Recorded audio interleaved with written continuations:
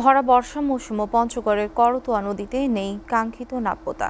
অথচ নদীর নাব্যতা ফিরিয়ে আনা, দেশীয় মাছের প্রজনন ও বিচরণ ক্ষেত্র রক্ষা এবং নদী তীরবর্তী এলাকার কৃষি জমিতে সেচ সুবিধা নিশ্চিত করার লক্ষ্যেই প্রায় 5 বছর আগে কয়েক কোটি টাকা ব্যয়ে করতোয়া নদীর একটি অংশ খনন করেছিল পঞ্চগড় পানি উন্নয়ন বোর্ড। কিন্তু খননের পর বালু ও পলি যথাযথভাবে অপসারণ না করে নদী পাড়েই ফেলে দেয়ায় সেগুলো আবার নদীর তলদেশে পড়ে ভরাট হয়ে গেছে। ফলে কোটি কোটি টাকা ব্যয়ে নদী খননের সুফল মেলেনি। এ বিষয়ে আরও খবর জানাতে সরাসরি যুক্ত হচ্ছেন সহকর্মী কামরুজ্জামান টুটুল।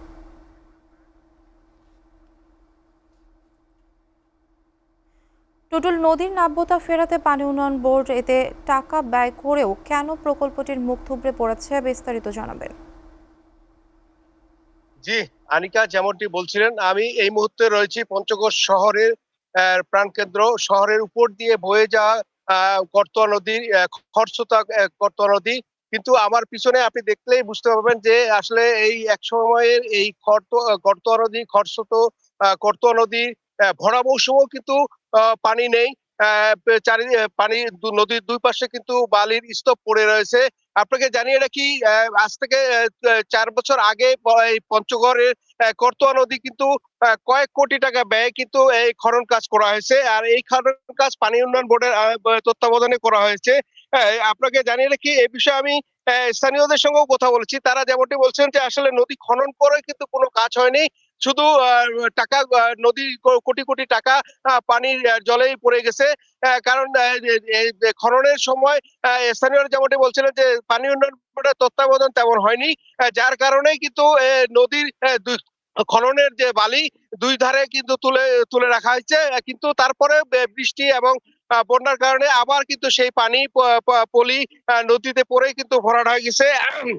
আপনাকে জানিয়ে রাখি যে এই নদী কিন্তু দুই ধাপে খনন করা, ৭টি নদী খনন করা হয়েছে। ১৮৬ কিলোমিটার, ৭৬ কিলোমিটার, যার ব্যয় ধরা হয়েছে ৯৬ কোটি ৮৮ লক্ষ টাকা। টাকা নদী সংশ্লিষ্ট বলছেন বারবার নদী খনন করে কিন্তু যেহেতু কোনো কাজ হচ্ছে না, এটা দীর্ঘমেয়াদী পরিকল্পনা। এবং স্থানীয়রাও বলছে যে এটা নদীর যে খনন বারবার করে যেহেতু কোনো লাভ হচ্ছে না, কোটি কোটি টাকা ব্যয় করছে, এটার একটা দীর্ঘমেয়াদী পরিকল্পনা দরকার। এবং নদী খননের যে কাজ করা হচ্ছে, যার কারণে তার কোনো সুফল পাচ্ছে না নদী পাড়ের মানুষ, সুবিধাভোগী যারা আছে তারা। এমনিতেই এই নদীর কিন্তু একসময় খরস্রোতা ছিল, পানির প্রবহমান ছিল, খড়খড় করে পানির স্রোত যেত।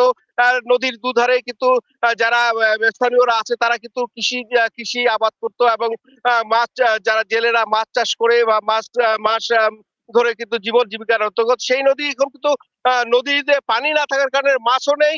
যার কারণে নদীর পাড়ের যে মানুষগুলো আছে তারা কিন্তু তাদের যে কৃষিকাজের জন্য পানি সেচ ব্যবহার করতো, সেটাও কিন্তু তাদের কোনো কাজে আসতেছে না।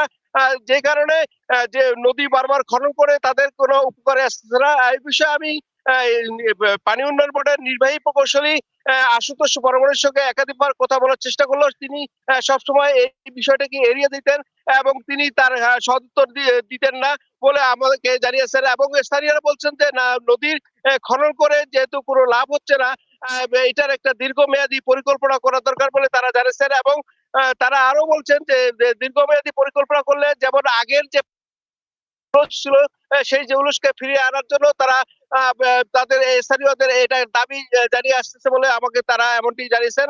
আর পানি উন্নয়ন বোর্ডের তত্ত্বাবধানে আপনাকে জানিয়ে বলে রাখছি যে ১৮৬ কিলোমিটার এই নদী খনন করেছে, ৭টি নদী খনন করা হয়েছে।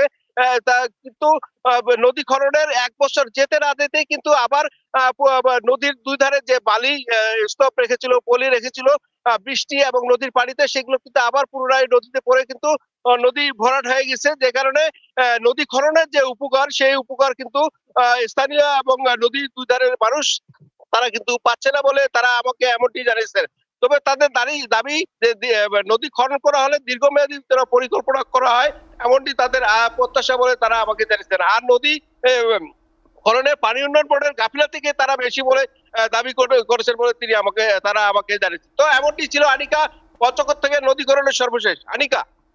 টুটুল, আপনাকে ধন্যবাদ।